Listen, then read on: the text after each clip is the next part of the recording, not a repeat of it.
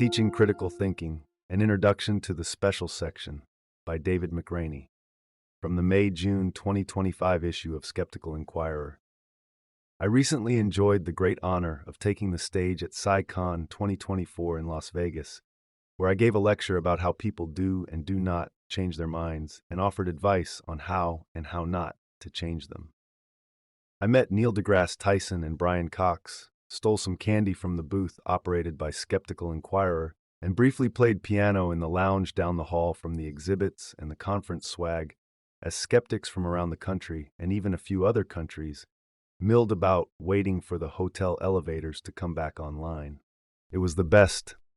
Actually taking the stage and drinking cocktails with this incredible collection of human beings, each one a Carl Sagan-inspired candle in the dark, all committed to science and media literacy, was in many ways the culmination of a series of adventures in skepticism that for me began back when I first encountered the outreach of a vanguard of advocates for critical thinking, including James Randi, Penn and Teller, Darren Brown, and Phil Plait.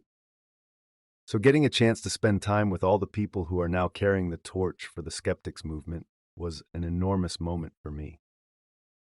When I was a boy, the efforts of this group of humans, people who regularly gather to trade insights on how to not only get better at being wrong, but help others do the same, made it all the way to the deepest of the Deep South where I was growing up. Like many of the others I met at CSICon who grew up in similar places, that outreach changed my life.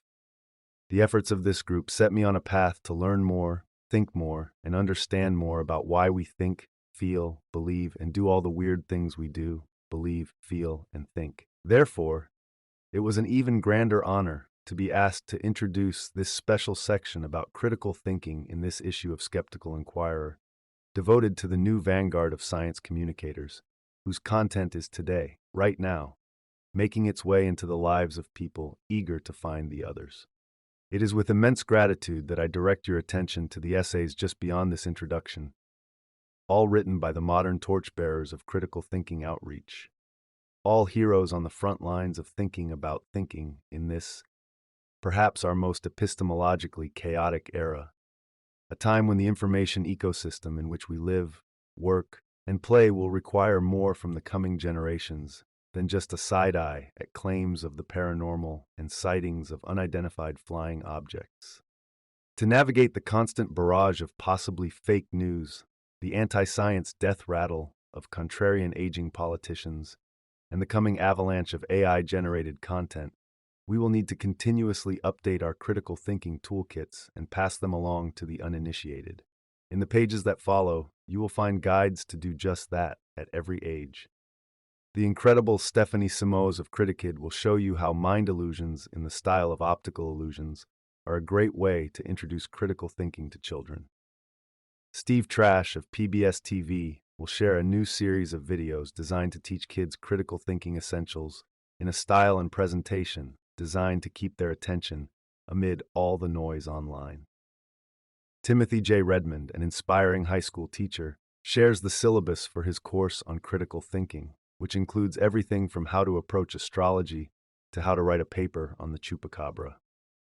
William Matthew London of Consumer Health Digest on Quackwatch offers insights on how to pass along numerical hygiene and other numeracy skills to emerging adults so they can better approach dirty data with clean minds. And Bertha Vazquez of Generation Skeptics, along with Melanie Tree-Sek-King of Thinking is Power, will share highlights from their critical thinking lessons and courses, free and ready to be adopted by parents, libraries, museums, and workplaces.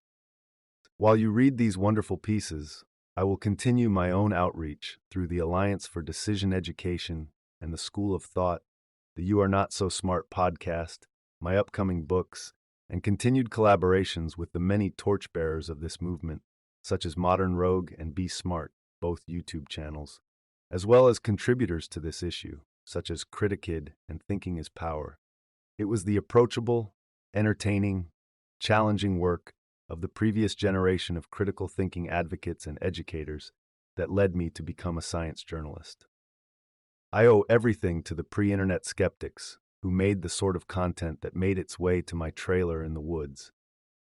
And like everyone else who made their way to this community, thanks to the efforts of the early debunkers and charlatan exposers, science communicators, and paranormal investigators, I'll keep sharing issues of this magazine, pointing people to the projects of the authors featured here, and inviting people to come to the gathering of skeptics, both online and off.